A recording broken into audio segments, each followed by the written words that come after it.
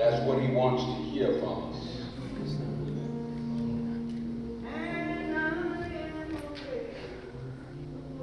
As we prepare for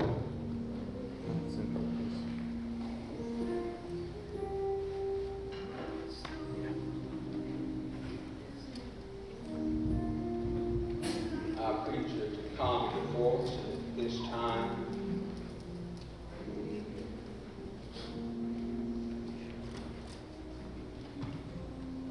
our preparatory hymn.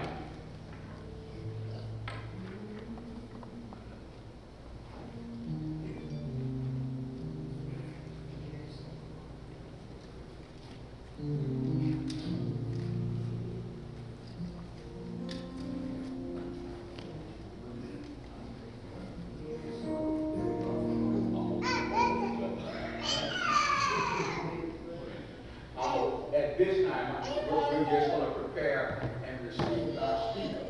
Amen. Amen. By raising our hand, Brother Carson, preach the word. Of our preach service for this year's Youth Revival. And I'm going to give you the scripture ahead of time. We're going to be looking at Esther, the 7th chapter. And if we're looking for a subject to hang our hat on, this is night 2.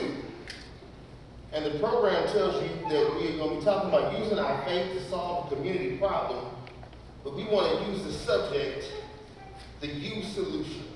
All right. Now, because I don't know how familiar we are as a collective with the story of Esther, I want to tell you a story. There once was a king. His name was Ahasuerus.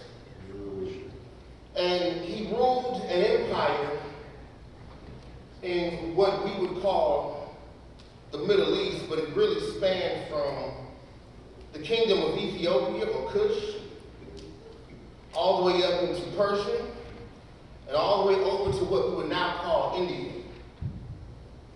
So this wasn't a small place. It's a very powerful nation.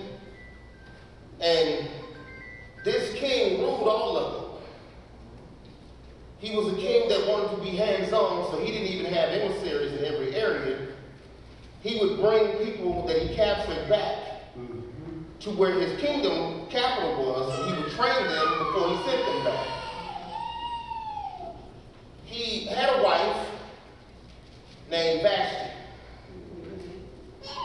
And Vashti got too big for her britches. Okay. One king's yearly celebrations, the king wanted to show off his wife. So he called for his queen, and the queen didn't come. So he sent one of his servants and said, hey, maybe she didn't hear. Go get her. And the queen sent that servant back. So the king sent another servant.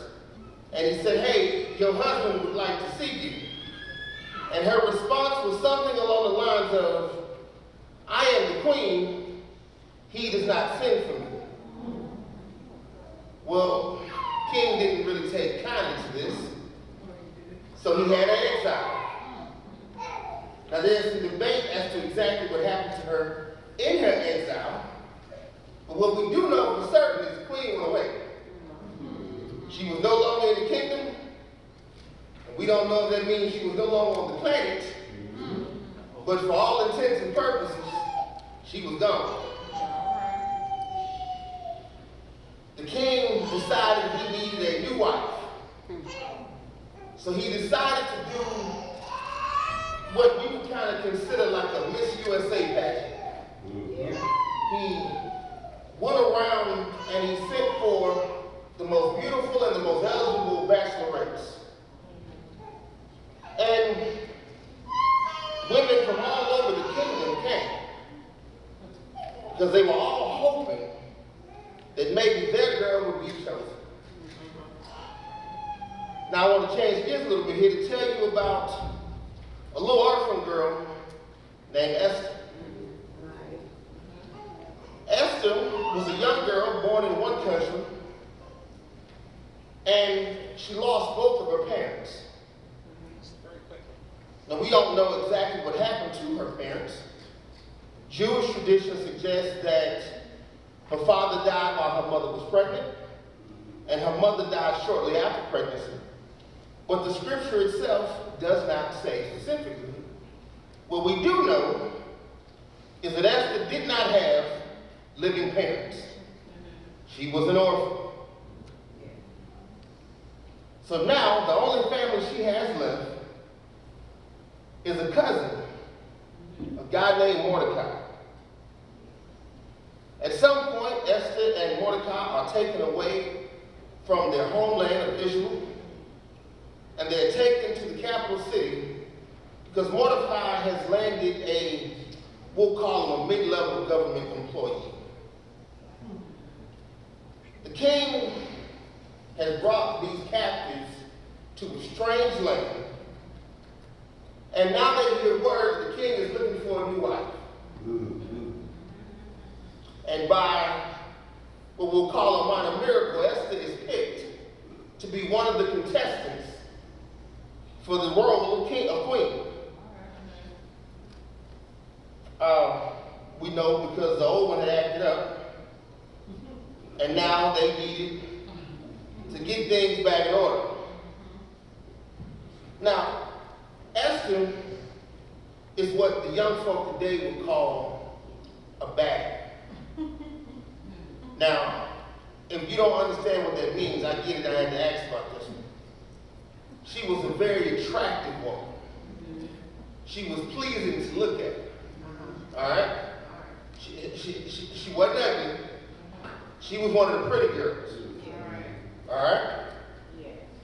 Now, I dare say she must have had a sweet and pleasing personality, because the scripture tells us in the first few chapters of Esther that everywhere Esther went, everything Esther did was met with both a pleasant reaction, and she always managed to find favor in those she was around. So here we have this little orphan girl who has been drafted into the king's harem to potentially be a wife. And the story goes that each woman had a chance to pick something to take to the king in order to present themselves and their potential as his future wife. Now the Bible does not say in particular what any of these women took. But what we do know is that Esther would go to the person that ran the harem, the eunuch, and say, and ask him for a recommendation. I don't know what you see in that, but I see somebody wise enough to understand they don't know. So they better ask for help. Now these are quick points if you're taking notes. You don't. Sweet and pleasing will find you favor. But this is just what we'll call the prologue to the story. Throughout the contest, the king gets to know Esther, and lo and behold, he likes what he sees. Now we don't know if he picked her to be queen because she was the prettiest woman there. We don't know if he picked her to be queen because she was the sweetest woman there. What we do know is that he chose her to be the next queen. So Esther had gone from the very bottom all the way to the top. If Drake was a rapper in the BC period, Esther might have walked into her new palace yelling, started from the bottom, now I'm here. That one was for my slightly older children, the ones about my age. Years go by, and Esther is living her best life. Esther gets to be the queen. And here comes old cousin Morty. And he's flipping out because there's this guy named Haman who has concocted a plan kill all the Jews.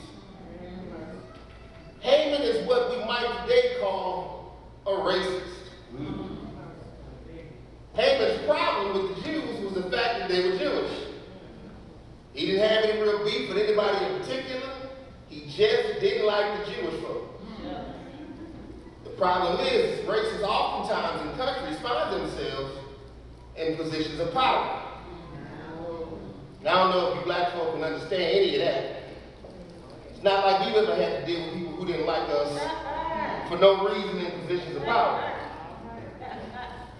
Came up with all these ridiculous and radical ways and ideas to kill the Jews, including one to get the king to make a declaration that would basically make it open season on hunting down Jewish folk.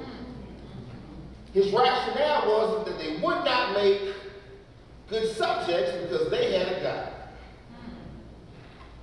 Now, I want you to understand what Haman is saying. Haman has said, I've heard about these folk, and I know they're not going to worship you because they're going to be too busy worshiping their God. And to understand this further, I need you to understand that the cult of Donald Trump is not a new phenomenon in national politics. I need you to understand this now. Even when you look at the Democratic side, there are people who will worship almost to a godly level the leader because he is the leader. This is not new or unique to American politics. As a matter of fact, in a lot of countries, if you dig deep into their history, you'll find them declaring the current leader and ruler as a deity here on earth. So it was not surprising that the king wanted to be worshipped. As a matter of fact, he was looking around all his contemporaries and going, I want to be worshipped like they're being worshipped. I'm a king too, worship me. But Haman knew that Jewish religious laws would preclude that. So this racist man got in his head that if I could just get rid of all of them, this might be the easiest way to do it. Well, here's the beauty about God's plan. Mordecai had to have a conversation with old Esther, because Esther was living a very comfortable life. And Mordecai came to her and said, hey, I need you to go talk to your husband. These folks are here trying to kill us, to kill all of us. And Esther, from a position of privilege and power, kind of waffled. And Mordecai had to remind her, like we often have to remind some of us, don't think just because you're in the room of who you are, or that they won't get you too. And he also had to remind Esther that God puts you there, and he don't need you, he'll replace you with another. So Mordecai got the conscience of Esther going. The problem is that the king had one simple rule. If I didn't call for you, don't show up. All right? If you showed up unannounced and he didn't like what you were talking about, they would kindly escort you to the back gates of the palace and, you might go to a bastion. Oh, there'd be some kicking out of it. But I need you to understand where Esther was. Esther forgot who she was for a second, and then she was reminded, and I have to imagine this is a stressful place for this young woman to be in. See, she's not only risking her place of comfort now, her husband signed the edict to kill all the Jews. Now, he was being manipulated, if you will. He had been told some stuff and fluffed a little bit. So he probably didn't mean to eat it the way it came out, but it really doesn't matter. The king had agreed that all the Jews should be killed. And now this woman, his wife, a man that has already got rid of one wife for being inappropriate, is being told she needs to go before this man and ask for a favor. This isn't as they say, life ain't always sweet. And this young woman found herself